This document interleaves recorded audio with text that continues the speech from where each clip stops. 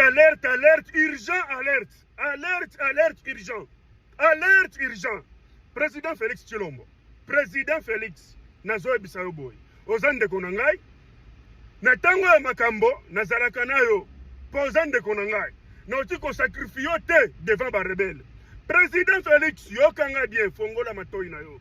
Nga naza katange de père et de mère. Na ebi nini nazo ebisayo. Président Félix, je t'en supplie mon frère. Soki oyoki ngate bako humilier yo lokola Mobutu. Soki oyoki ngate bako humilier yo lokola Mobutu. Président Félix Antoine Tshilombo na sengi yo boy. Longola ba militaire nyonso yebisa général na bango Edi Kapende. Alongola tous les militaires na ba carrière minière. Militaire azawa na pona guerre, azawa na pona kende na carrière minière te. Militaire azawa na pona kosunga bato. Eza pona kende na ba carrière minière te. Président Félix nazo ebisayo. Nanga na chef na Kabila Kanambe bayebi ke Katanga ndezo pesa bino mutu makasi na Kinshasa. Président Félix soki oyoki ngate bako kwesa Katanga kalate. Bayebi ke Katanga ezo pesa mutu makasi ezande Katanga. O Katanga ezo pesa bino mutu makasi na Kinshasa. Président Félix bolongola tous les militaires na bakare minye. Bakende na ba front. Soki moye ezali botia état de siège na Katanga. Na ebisi bino bozwa data lelo. Soki oyoki ngate président Félix bako humilier yo. Batu nyonso baza pembeni na yo bako kima yo, bako seka yo, bako humilier yo lokola Mobutu. Tous les militaires babi mana ba carrière minière, tous les militaires babi mana ba carrière minière. Président Félix botia na Katanga état de siège le plus vite que possible. Pour nanga zo distrait yo, azo distrait yo, cause la distraité. Botia état de siège na Katanga. Pour laisser de place na minute oyo. Bazoro bakezo pesa bino mutu makasi ezande o Katanga. Président Félix soki oyo kingate etali yo. Ngana za mosika ba encercler yo. Mbote bonjour na baibanso bazuli bakumene na Rwanda biso na mama ope na tango na nyina expliquer batelo ko moko boye ya makambo mona kibe na GLM. GLM sambere ya ba propagandiste rwandais bazo sala ba communication ya lokuta de communication ya Moibi, communication moko ya manipulation pour le bakeno ba piller GLM, batindi ba force du progrès ba piller GLM, batindi banani ba piller GLM et na moni yango epa ya ndeko moko wa na kombo na ye Steve Wimbi. Alobaki yango lobi ataki tweet moko ya lobi ke pona koloba bazali ko piller GLM na kombo ya moto alobaki manipulation rwandaise bo bete Steve Wimbi azali coordonnateur ya cellule ya communication ya AFC M23. Steve Wimbi azalaka coordonnateur ya cellule ya communication ya AFC M23, c'est lui qui distribue l'argent pour la communication ya AFC M23. Armée numérique ya M23 elle est gérée par Steve Wimbi. C'est lui qui donne les textes, les vidéos, les orientations. À elle quoi point focal ya communication ya AFC M23. Donc à chaque fois pour mon publication Steve Wimbi, même texte modifié par IA, va modifier le texte wana va tindela ngo batu, va tandi ko relayer yango pour na manipuler opinion. Alors vous allez berner na tweet na été parce que c'est Ali, c'est lui le chef ya armée numérique ya AFC M23. Donc il doit faire la manipulation tout la communication ya AFC M23. Alors la communication sur pas Steve Wimbi bolandaka yango to azeli makambo ya lokuta, makambo ya manipulation. Moi je suis là pour la nation, je suis pas là pour un individu. Pour la Mokonzamboka te. Là pour la RDC. Je soutiens les institutions établies par la Constitution. Le là moi Mboka Félix Antoine Tshisekedi le président de la République démocratiquement élu, pour soutenir le roi élu. Dès la rolongwa homme soit au quota démocratiquement élu, pour soutenir rien. En tout cas, tu vas pas soutenir parce que Aïna Nega m'avait pas détruire Mboka Nabiso, consomme c'est sur la cima pendant que démocratie c'est lancé. Donc voilà, Steve Wimbi, à ça qui tweet mon pour Roloba,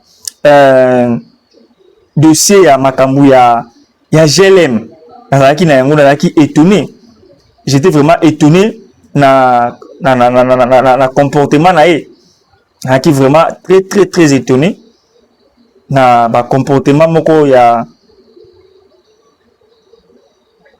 voilà. Alors des militaires garde républicains gèrent le lourdement armé ont fait éruption à ce moment même à la résidence située à Jelem, à l'ancien chef de l'État Joseph Kabila. La résidence est en train d'être pillée systématiquement. Meubles, valises, véhicules et autres biens appartenant à la famille Kabila sont en train d'être emportés par les militaires. Des portes, fenêtres sont brisées, annonce sur place. Vous avez la manipulation. Cartographie à Jelem Ezali. Là, c'est une cartographie parce que Jelem Ezali. Sur beaucoup d'internet, parce que l'internet c'est comment l'ango? Jelem.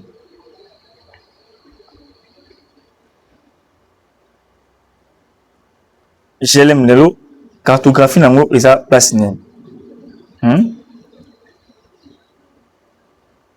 Jelem ezali na Gombe. Jelem ezali na Gombe na précisément l'avenir des Nations Unies. Et na Gombe précisément l'avenir des Nations Unies. So côté na Google, au beti Jelem Kinshasa. Et ko l'accepter pas Jelem ezali. Yango. Na zwi bino l'accepter bino yango. Jelem yango. So ko beti na Google ba ko l'accepter pas Jelem ezali. Jelem est juste na avenir des Nations Unies na Gombe. Pembeni ya mai. Place au Jelem ezali. Pembeni ya mai. Jelem pembeni ya mai. Boyebi moko na biso façon infiltration ezali pe menace ya balika ya menace ya pouvoir. Ya baliba baba longola bazo ba pouvoir na makasi na makasi. Boyete Kabila asali ni na souvent la RDC en complicité et puis c'est lui le parrain, il y a AFC M23. C'est lui le vrai patron. C'est lui le vrai patron, lui et Kagame sont les vrais patrons. Il y a AFC M23. Alors, Jelem ezali précisément pembeni ya mai. Risque ezali nini? Ndeko tata oya ngambu ya Brazzaville, Sassou Nguesso. Ye apesa ba Rwandais espace monene na ngambu ya Brazzaville, non loin ya Jelem. Nature ya ba Rwandais wana biso ba Congolais toyebi yango te. Soki bazali ba militaire, yo nanga toyebi te.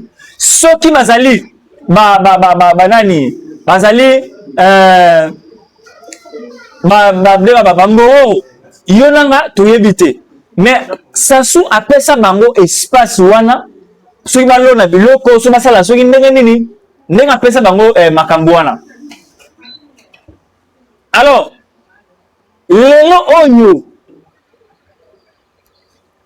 ba service d'intelligence congolais bravo na bango pour mosala kitoko ba kei na Jelem ba trouver batu moko na kati ya Jelem parce que nzela ba fungula ka yango mais to comprendre te ba kanga susu nzela wana na kanga nzela wana eyebani te ba trafic ni ça mara entre Jelem na Brazzaville eyebani te.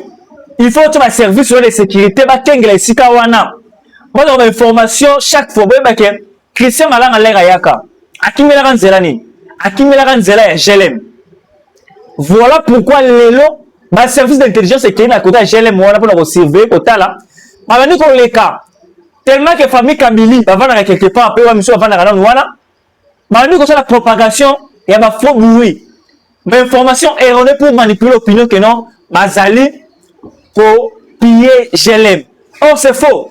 Nini wa replan Jelem kuna mituka ba bemble ba mitwa nini est-ce que ba soda ba uzali loko na fa kina yango wapi depuis que la Kabila longa na pouvoir à Kimamboka au clandestinement na se ya boîte ma service ya ko piller yango te lelo ndeka ba ko piller bio ya Kabila Kabila condamné à mort awa est-ce que vous piller bio ya Kabila ba ko ça la contrôle système contrôle moko ali spécifique ba ça ba enquête pour le voyer ba ko déloger oui que récemment awa na côté HLM mais ndiye mo baye bakanga côté ba tima ba bleu bakanga ba côté na skuta Brazzaville bakanga yango eloni ba matongo la kati kuna eyebanité pembeni ya mai na frontière na Brazzaville oh Brazzaville danger permanent pour la biso fi la province de Kinshasa. Brazzaville ba zo ba nani ba Rwandais ba taba ngo non ya Kinshasa na il mo quelque part awa oh une fois attaque la Corée directement de la Kinshasa au côté de la Brazzaville Jelem je ba côté na Gombe ba côté Jelem ba matinga moko ba Corée directement na oya danger ko mona yango te. Alors il y a une communication de manipulation et ça comme ça là et puis ba Steve Wemby ba ko ça communication manipulation pour manipuler l'opinion. Chers Congolais, chers Kinois, Vous qui me suivez de partout dans le monde entier, bon fungola misu. Je suis pas là pour défendre les régimes. Je suis pas là pour le chef de l'État. Je suis là pour la RDC. Notre pays, notre beau pays, la RDC. Tu sais qu'il passera. Ce régime passera. On avait connu Mobutu. On a connu le roi des Kabila. On a connu Joseph Kabila. Aujourd'hui, nous sommes avec Tshisekedi. Tshisekedi passera. Une autre personne viendra à ce pays. Le Congo restera indivisible. Pour ceux qui pensent que soutenir Tolingara Tshisekedi te, Azamuluba, Tolingiete, Azamatama, Azamoe, Bogofinga, Chilombo, Chilombo Airways, Bogoloba, contre sa personne, Bogo salaire. Critiquer sa gestion. Vous critiquer la gestion naïe. Vous critiquer la façon avec comme Makambo. Vous critiquer la Moussa naïe. Mais vous critiquer la personne de Tshisekedi. Soit vous avez Tshisekedi, vous avez allez vous préférez étranger. Aya pour détruire Mboka Oyo. Vous préférez étranger. Aya pour déstabiliser notre pays. Et c'est une erreur monumentale. Vous avez que ça là pour Mboka Nabisu. Voilà pourquoi je vous prie, chers Congolais. Bon Fungola Misu. Il est temps de défendre plus la nation. Il est temps de défendre plus la nation. Notre pays, de défendre Yango. Coûte que coûte, de défendre Mboka Oyo. Toute cette communication, les manipulations, la manipulation. Il y a des gens qui utilisent l'IA, qui utilisent d'autres choses pour nous déstabiliser Mboka Nabiso. On a arrêté les gens là-bas dans Iran, dans Jelem. On a arrêté les Indo-Pakistanais. On a arrêté les côté de Jelem. L'information va pas cibler en côté. Quand on va dire, parce que la Jelem, régime, il y a dictature. Tu sais que la dictature? Non, c'est faux. On s'exprime librement. On a dit des gens de s'exprimer. On n'a pas dit des gens de diffamer. Arrêtez de diffamer. Il ne faut pas diffamer. Parce que diffamation, elle est infraction. Imputation dommageable, elle est infraction. Mais là, vous voyez qu'on va vérité. Ils allaient infraction. Tu sais qu'il y a la politique. Boya ou critiquer tu sais qu'il y a la politique, on a dit que ça là. Mais bon, il y a tout critiquer, tu sais, parce que la personne de Tshisekedi. Non. Là, je suis contre Makambouana. Nous, là, je suis contre. Mais pour l'instant, nous sommes là que pour défendre la nation congolaise. Pour que ça fasse information aux collègues. J'ai les Bakangi Bat. Bakangi ba Indo-Pakistan. Bakangi ba Mboro. Bakangi ba Rwandais. Na GLM. Information, il y a qui depuis Kala. Vous voyez l'information en a été. Qui est les infiltrés d'un côté à GLM Wana. Brazzaville, après ça, l'espace, c'est Rwandais. Les Rwandais nous attaquent, les Rwandais nous menacent. Maintenant, si ma M23 va attaquer contre Oufira, les lots autolobatés. Chers Congolais, vous fungez la mission. Chers Congolais, vous fungez la mission. Vous allez emporter, tu vas y bango, tu l'as mis à Tshisekedi, tu l'as mis à Makamuna bango. Non. Tu défendre la nation, tu défendre le mot cannabiso. Le Congo restera indivisible. Tu les la page Moussou, tu me exprimer le sous, dossier Moussou, ou Elia Mbokannabiso. Vous êtes toujours côté branché avec votre arbre mobile, tout ce qui est sous dossier Moussou. Vous partagez mission, vous likez, vous commentez, et ça la malade mingi. On est là que pour vous informer. Nous sommes revenus, nous sommes de retour pour vous expliquer alors, parce que le couteau est avec moi trop. Tout le monde maintenant, toujours par rapport à l'explication à Mbokannabiso. Abonnez-vous massivement, restez sur côté branché. Vous allez toujours voilà, tout dans la deuxième page par rapport, passons à autre chose, dans l'information et à Moukomolel. Tolingo lobela makambu o izali na baraka. Fausse information ko tambola depuis hier tilelo ba koloba ete baraka après Uvira tomber à Uvira o koi vraiment na noter parce que ennemi ali ko bunda ebe wazalendo ba ko bunda toujours na kati ya Uvira na agglomération ya ville bazali ko bunda et puis ba koloba keno na baraka ba wazalendo ba ko bunda na ba FRDC. Et puis, la minute où Baraka est couillé, la minute où il y a Maboko M23. C'est faux. C'est faux, archi faux. Baraka est couillé. Elle est incompréhension entre les faux Wazalendo infiltrés rwandais, ou va les neutraliser par eux-mêmes les Wazalendo, va neutraliser par faux Wazalendo rwandais na Baraka. C'est ça la vraie information. Va neutraliser par faux Wazalendo na Baraka par les vrais Wazalendo. C'est ce qui s'est passé hier na Wazalendo na Baraka. Alors aujourd'hui, le calme est revenu. Coalition FRDC Wazalendo, Bazalina Baraka va créer résistance pour récupérer Uvira. Vous allez récupérer. Je vous promets, dans 3 semaines, nous allons récupérer tout. Nous allons tout récupérer dans 3 semaines. et Goma, et Bukavu, et Bunagana, et toutes les localités occupées par les Rwandais seront récupérées. On a eu information avec assurance. On a eu information une information vraie et vérifiable avec tonton Armand Mumbilai. Alors, comme on a autant la note, on a eu l'information, on a expliqué bien, voilà. Les actions du Rwanda dans l'est de la RDC constituent une violation manifeste des accords de Washington signés par le président Trump. Et les États-Unis prendront des mesures pour assurer que ces promesses faites au président soient tenues. Là, c'est le secrétaire Rubio, secrétaire Marco Rubio, ou le secrétaire, il y a leadership, il y a Donald Trump. C'est le secrétaire Rubio, ou Aoutou Koloba. D'abord, Rwanda a une grande sanction, ma casse. C'est cette semaine, tout bandaoui. La sanction encore, pire contre les pays. La sanction ma casse qu'il y a contre le Rwanda. Ma vraie sanction est qu'il y a contre le Rwanda. Ma sanction est ma casse, chers Congolais, et qu'il y a contre le Rwanda. Alors, la sanction elle permet de fixer Rwanda. Rwanda a la possibilité de œuvrer comme il faut. À cause de la seconde, on est obligé de retirer la troupe naïe. La troupe rwandaise, il va quitter Mboka. Voilà, Bangungu a sauté. Va quitter Mboka. Car la milité pour moi, la troupe rwandaise va quitter. Donc, ma décision sur Zouami au niveau États-Unis, ma vraie décision sur Zouami, que les Rwandais vont quitter Mboka na biso car la milité. Bon, on a rassuré que le chef de l'État Félix Antoine Tshisekedi Tshilombo a prêt na tongo à l'élo pour déclarer guerre contre le Rwanda. Mais ce qui a sali en gros, c'est parce que Donald Trump a assuré à ABC Zala calme Tshisekedi que je vais faire de mon mieux pour assurer mes promesses. Vous avez tenu promesse ici que nous allons respecter ces promesses parce que c'est un accord et un minerai PAP. Alors l'accord on doit la respecter. Moi je vais jamais envoyer mes gens là-bas dans l'insécurité. Alors je vais assurer que sécurité faut qu'on a mboka la est mboka la bino pour la calme. Ba patin il y a ba M23 na AFC wa kusala wana. Vous s'inquiétez là parce que ils seront déboutés par le Longwa directement, ils seront chassés loin de votre pays et sécurité et paix et qu'on règne dans beaucoup d'ambition.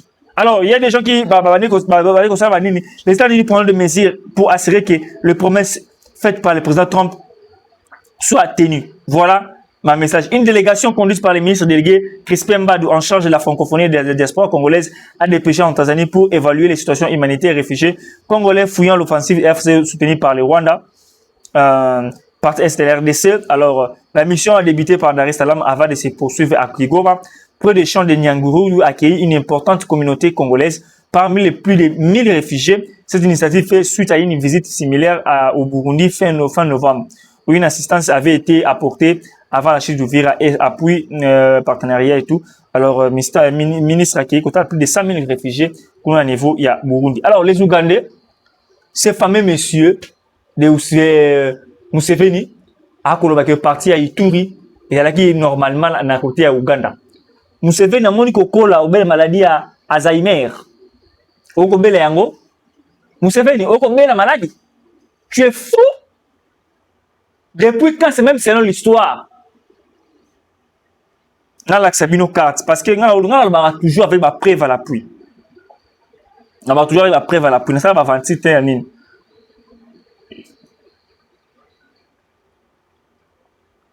Dans l'accès c'est faux et archi faux. L'histoire de la RDC et Ouganda, même avec son apogée au 20e siècle, les royaumes, au 21e siècle, avant le 21e siècle même, le royaume ougandais de Mbuyoro et Kitara n'avaient jamais annexé les régions situées à l'ouest du lac Édouard, comme à l'Ituri. Lire avec les chisiers, l'Afrique des Grands Lacs, 2000 ans dans l'histoire de Jean-Pierre Chrétien, dont l'annexe et ses cartes de tout au monde, Mbuyoro Kitara exercé par le moment les zones périphériques de l'Ituri. Une certaine influence exigée les paiements de tribus, par exemple, mais n'avait jamais été. De l'histoire, il y a tal. Sur le côté, dans le livre, il y a Jean-Pierre Chrétien, l'Afrique des Grands Lacs, 2000 ans de l'histoire. Au Yango. Et même l'Internet. Histoire au Yango. Museveni, Kangambanga na yo. Kangambanga na yo parce que ma preuve yango est sali. Et tout ne fait jamais partie, le tout n'a jamais fait partie, il y a Ouganda. Congolais fungola misu, talamboka ne manga balkanize mboka oyo. Talamboka ne manga balkanize mboka na biso Congolais fungola misu. Museveni. Congolais fungola misu. Congolais fungola misu. Museveni aina histoire lokuta. Tala carte oyo. Il tourne n'a jamais fait et ça le tour n'a jamais été fait partie dans la ligne. Oh non. Quand il y a comme matanga bandeko. Baye comme l'histoire lokuta. Koloba te itu ezaki na ngambu ya Uganda. Depuis quand? Chers Congolais, okoki kolinga Tshisekedi te. Melinga Congo. Et là, ma manipulation, mususu bale ba publier biloko wana. Ma Steve Wemby. Oh non, Steve Wemby nani? Wemby. Steve Wemby, c'est à la coordonnateur. Il y a manipulation. Il y a Rwanda. Alors qu'on publier message, il y a Museveni. Oh, Museveni, le prophète de l'Ituri, faisait partie de Bunyoro. Bunyoro, il est na Uganda. Encore que non, il tout fait partie de Bunyoro. Et elle a un lancement alerte déjà que non, nous voulons récupérer l'Uturi. Nous voulons balkaniser la RDC. Balkanisation à RDC, mais ça la mandeko fungola misu. Alobi yango, tata oyo ndoki oyo. Tata oyo ndoki oyo. Akoloba yango ana pe calme. Congolais pas fana ndiko mettre maboko, tala réaction ba Congolais. Na tweet oyo ya Steve Wemby, manipulateur. Akoloba nini? Donc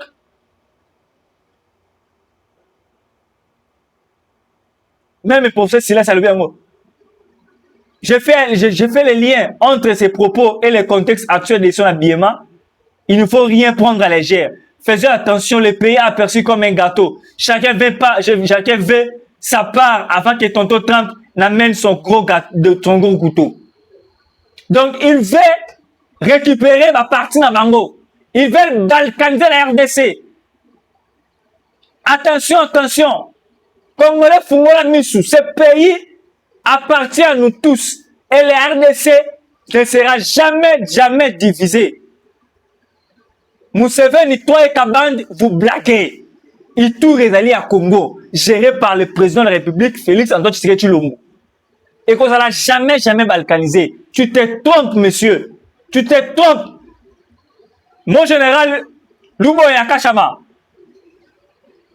Vigilance. Troupe ougandaise, va menacer Misso. Pour Fungola Misu. Va menacer Mbokana Misso, Fungola Misu. Ouvrez-les. Kengini là. Focus Nation Kengini là, Fungola Misu. Beaucoup de distraction à Bandeko. Le président Tshisekedi et le président Kagame à Washington le 4 décembre pour la signature des accords de Washington et du cadre d'intégration économique régionale. Il s'agissait là d'un signal clair et d'un effort en faveur de la paix. Toutefois, les processus de paix nécessitent que les parties honorent leurs engagements au titre de ces processus. Les États-Unis sont profondément préoccupés et extrêmement déçus au vu de la reprise des violences dans l'est de la RDC. J'aimerais aujourd'hui vous présenter des informations supplémentaires quant à l'ampleur et la sophistication de la participation du Rwanda à l'évolution de la situation dans l'est de la RDC. Depuis 2021, le Rwanda contrôle son intermédiaire, le M23, et l'aile politique du M23, l'AFC. et à contrôler le M23 et l'AFC afin d'arriver aux objectifs géopolitiques du Rwanda dans l'est de la RDC. Le président Kigali y a participé intimement, participé à la planification et l'exécution de la guerre dans l'est de la RDC en apportant des instructions militaires et politiques depuis des années. Les forces de défense rwandaises ont reçu une aide matérielle en matière de logistique et de formation, ont fourni une aide au M23 et ont envoyé 5 à 7 000 soldats dans l'est de la RDC.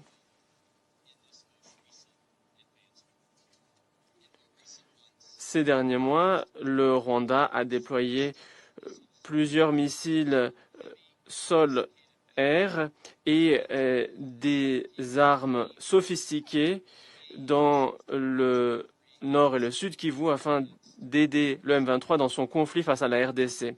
Le Rwanda et le M23 ont entamé leur offensive le week-end dernier afin de prendre Uvira avec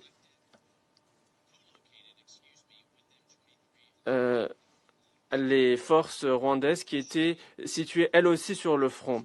Nous avons aussi des informations qui indiquent qu'il y a des drones suicides qui sont utilisés de plus en plus, de même que l'artillerie, aussi bien par le M23 et par les forces rwandaises, avec des frappes, y compris dans le Burundi.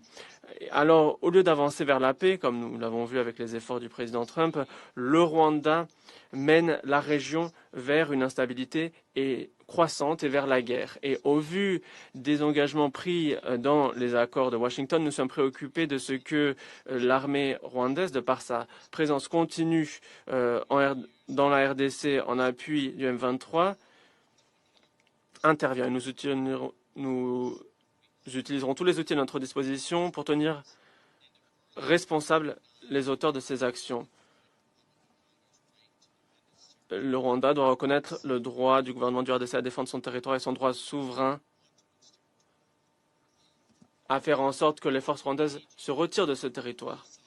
Nous échangeons avec toutes les parties pour appeler à la retenue et pour éviter une escalade plus avant, et notamment pour empêcher une rhétorique hostile aux Tutsis. Alors que l'on négocie du mandat de la MONUSCO, les États-Unis veilleront à ce que la mission soit dotée des capacités suffisantes pour apporter une aide aussi bien au processus de Doha que celui de Washington, en gardant à l'esprit que les parties sont responsables de la réussite de la mise en œuvre. Et nous comptons sur le soutien de ce Conseil à l'heure de négocier de ce mandat. La capacité... Nalibota la vidéo oyo. Vidéo oyo mona oba kangaba tuza à Lubumbashi. Bon vidéo oyo. Nous sommes à Lubumbashi, on arrête des gens à Lubumbashi. Alors ces messieurs, ils sont en train de dire que non, on arrête les gens arbitrairement. Un monsieur qui passe, on arrête arbitrairement. C'est faux. On arrête les Kuluna. Na Lubumbashi Kuluna, insécurité comme un mabé. Oh, azali moulouchoua et solo yebi. Ndengeni, on se méfie de tout le monde. Moi, j'étais récemment à Lubumbashi. On se méfie de tout le monde à Lubumbashi. Tu peux être propre comme ça, on a bien un monsieur, mais on a criminel. Au moins, ta propre, tu es propre là, bien, un monsieur, tu es bien classe là, mais on a criminel, on a Kuluna. Alors, autorité a eu une décision pour arrêter tout suspect. Baki ne condition ba bango bana on za suspect au kanga bango. Pourquoi biso ba kanga bango te? Bon na vidéo boyo ka nenga zoloba. Regardez, c'est dans ces bus ici, on est en train d'arrêter les gens arbitrairement. Boba les pas les regarder comment est-ce qu'on est en train d'aller chercher les gens. Donc, bah, j'ai peut-être tout garçon par abine vanabamba. Regardez comment est-ce qu'ils ont déjà arrêté les gens. On est en train d'arrêter les gens arbitrairement. Regardez ces messieurs-là, regardez les garçons, regardez ces garçons. Voilà, on arrête les gens arbitrairement. Donc, c'est une manipulation. Alors que ça, communication, manipulation, il fait juste manipuler les gens. Arbitrairement. Or, c'est faux. Maliko kanga ba oyo bali ba suspect ba kangi machine nyonso ya Lubumbashi. Donc communication manipulation, il fait juste manipuler les gens, la communication là-bas, on arrête les gens et tout, voilà, on arrête d'arrêter les gens. Oh, c'est faux et archi faux. C'est une manipulation. Poison, on est dans le bayangoyo.